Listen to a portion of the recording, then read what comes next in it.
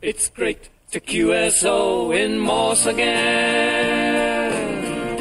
Instead of talking till I'm hoarse again. I know I'm on my hobby horse again. But it's great to QSO in Morse again. Bem, primeiro eu me tornei telegrafista, né? Aprendi telegrafia lá na sala de aparelhos e depois parti para ser sócio da Labriano, sócio da Labre com 15, 16 anos de idade.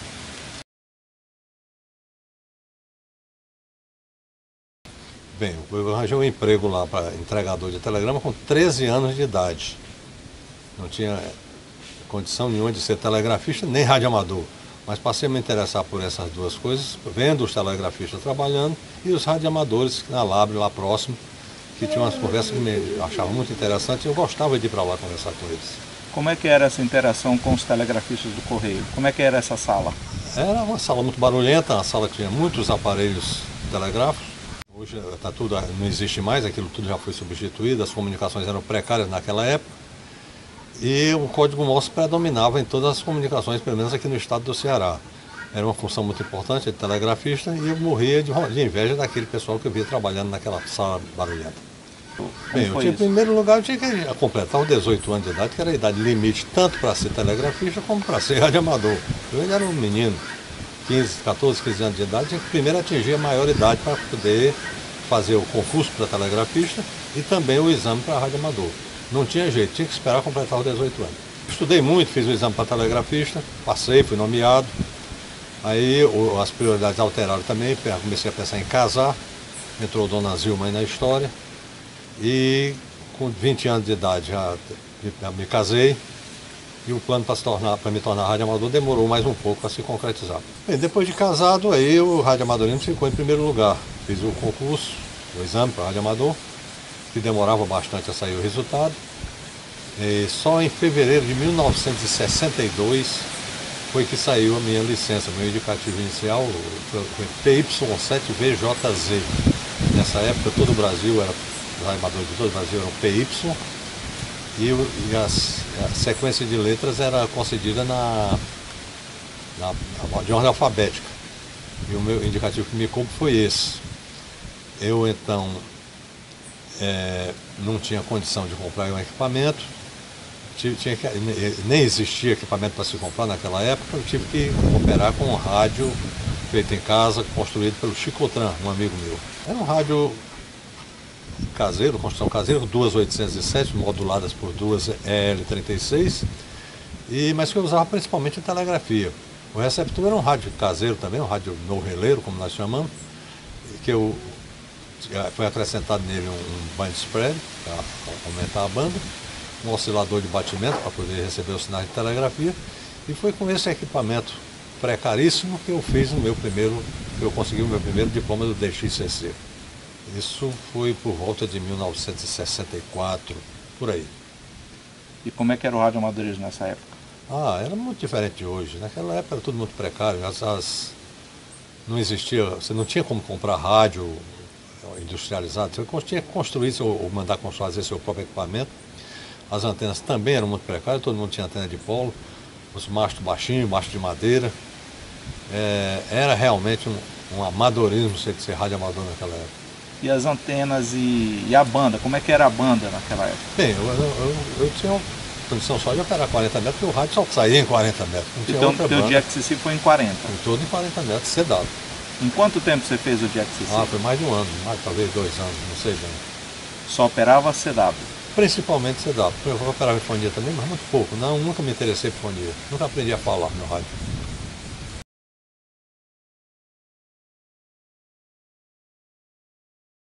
Bem, primeiro com a lei 497, eu passei para PT7 e VJZ. E não fiz opção por outro indicativo.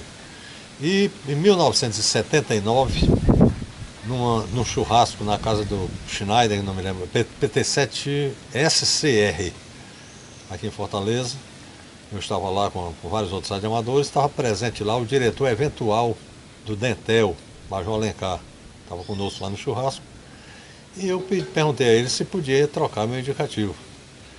Ele falou que se o indicativo estivesse vago, eu podia ir lá segunda-feira, que ele cuidava disso. Eu fui segunda-feira lá, falei para ele qual era o indicativo que ele queria, PT7AA, e ele me deu a licença, isso em 1979. E dizem que esse indicativo é da LAB, mas a LAB nunca se pronunciou, eu nunca me julguei culpado de tomar o indicativo da LAB. E aí, como PT7AA, foi uma nova fase no radioamadorismo? Foi. Em 1989, eu já estava aposentado, conheci Carl Mesquita Leite, lá de Natal. Não é indicativo? Hein? PS7KM. PS7KM. E ele me convidou para uma expedição, no Rochedo de São Pedro de São Paulo, e eu topei. Eu fiz mais algumas expedições com ele, fiz 13 expedições no total, passei 12 anos fazendo uma expedição atrás da outra. Até que em 2000, eu já cansado de tantas expedições e com a idade tive que parar. Mas conta a experiência da primeira expedição. Primeira a gente nunca esquece. A primeira foi mais complicada, né? Porque o Rochedo é um lugar muito difícil, um acesso muito difícil. Nós não tínhamos dinheiro para bancar o aluguel de embarcações, a gente tinha que ir de carona em barco pesqueiro e não tinha muita mobilidade, a gente tinha que ir de acordo com o que os pescadores faziam, tinha que rezar pela cartilha deles. E a prioridade deles era a pescaria. Jogavam a gente lá no atol e iam pescar, e a gente ficava lá uma semana esperando que eles terminassem de pescar para poder voltar. Não era nada fácil, os problemas eram muitos, tinham que ser resolvidos de qualquer maneira.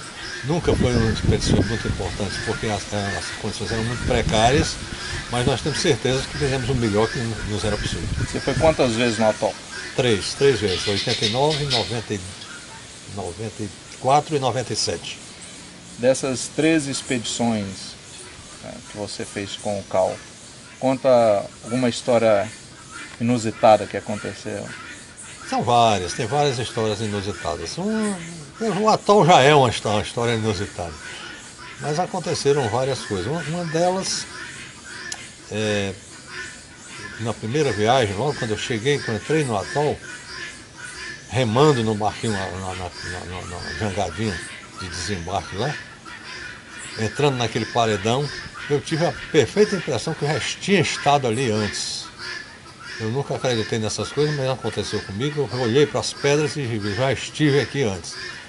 Isso passou, eu não comentei com ninguém, mas foi uma coisa que ficou comigo. Outra vez, também um caso que tem a ver com espiritualismo, foi no retorno da viagem de 1997, quando nós voltávamos de carona, fomos num barco que teve que se pescar em outro lugar, nós voltamos de carona no outro barco, sem água e sem comida. Os pescadores tinham acabado com tudo no barco, não tinha mais água para beber e nem comida. Nós demos para ele o que restou do nosso material, inclusive o gás butano, e fizemos uma viagem de volta praticamente sem comida e sem bebida.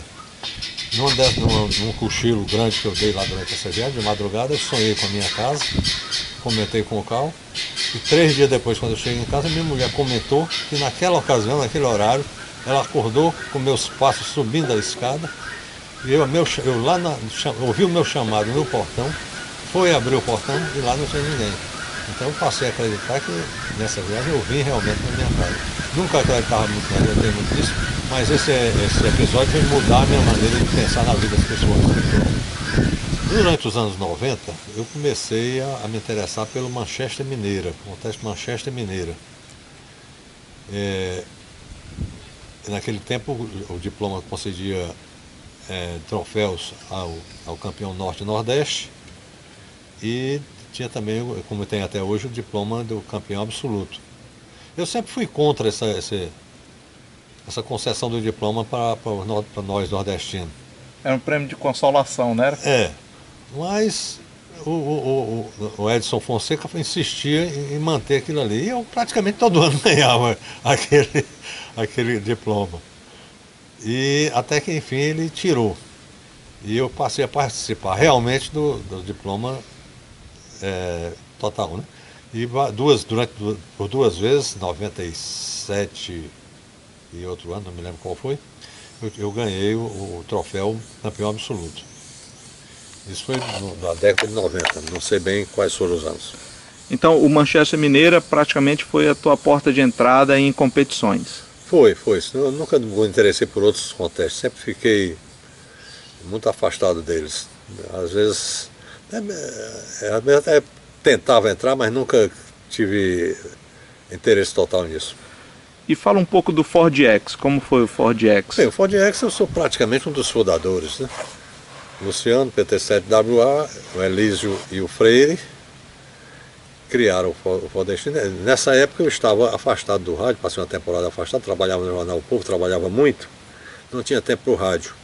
Comprei um radinho de VHF e participava do Ford X no VHF, batendo papo com eles, operando do carro, porque não tinha o carro, nem fonte de alimentação eu tinha, eu operava com a bateria do carro.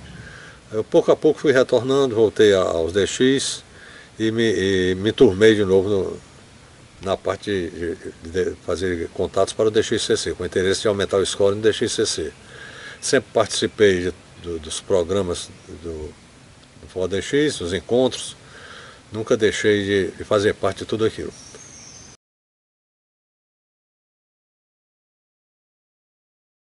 Tino, tem uma história inusitada no Manchester Mineira 2006. Como é que foi? Em 2006, nós estávamos operando aqui no sítio do Barreto, no sítio Caturé, em 2 rádios separados, você num e eu no outro, para tirar, ambos disputando o título de campeão absoluto do Manchester Mineira. Acontece que a minha mulher teve um problema de saúde dias antes e foi internada, né, no hospital para a instalação de uma ponte para um stent no coração, na coronária do coração. E estava lá na UTI, no dia do conteste. Eu vim para fazer o conteste, deixando a mulher internada na UTI. Lá da tarde, eu ia muito bem no conteste, disputando com você pau a pau, quando recebi um telefonema da minha filha avisando que minha mulher tinha recebido alta e tinha que voltar para casa naquela tarde. Eu tentei desconversar, falei com ela para conversar com o médico para ela passar pelo menos mais um dia lá, mas não teve jeito, eu tive que abandonar o contexto. E você ainda ligou para o médico, né? Mas não teve jeito não, eu tive que me conformar com isso. Você estava pedindo para o médico para deixar ela mais tempo na UTI? Pelo menos mais um dia. Só para fazer o conteste? Para ganhar o conteste. Você completou 50 anos de radioamadorismo, de 62 até agora 2013. Vai fazer 51 anos de radioamadorismo.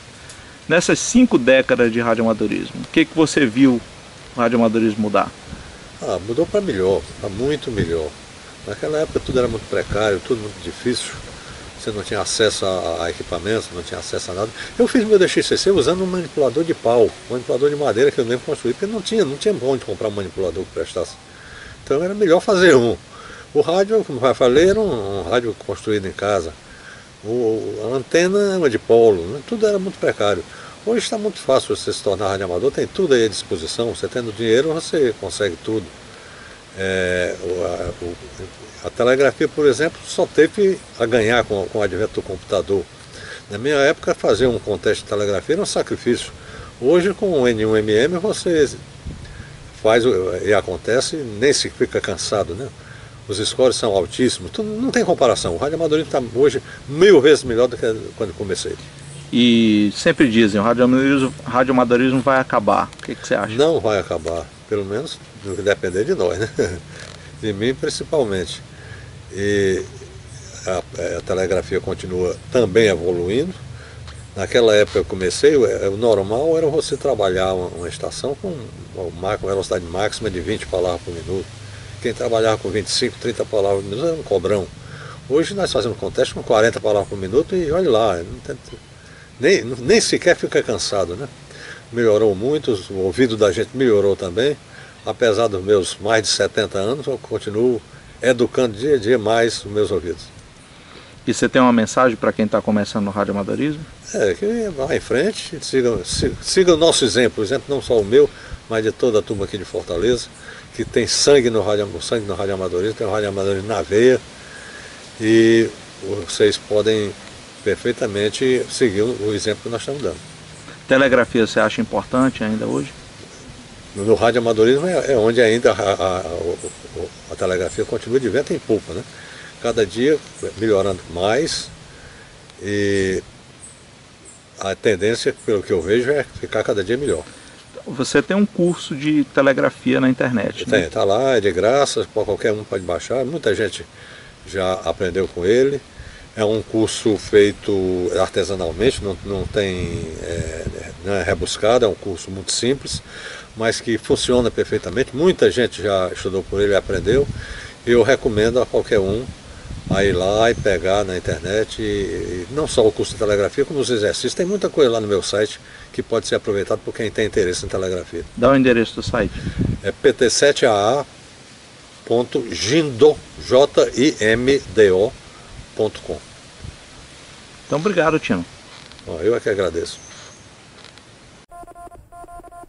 It's great to QSO in Morse again. Instead of talking till I'm hoarse again. I know I'm on my hobby horse again.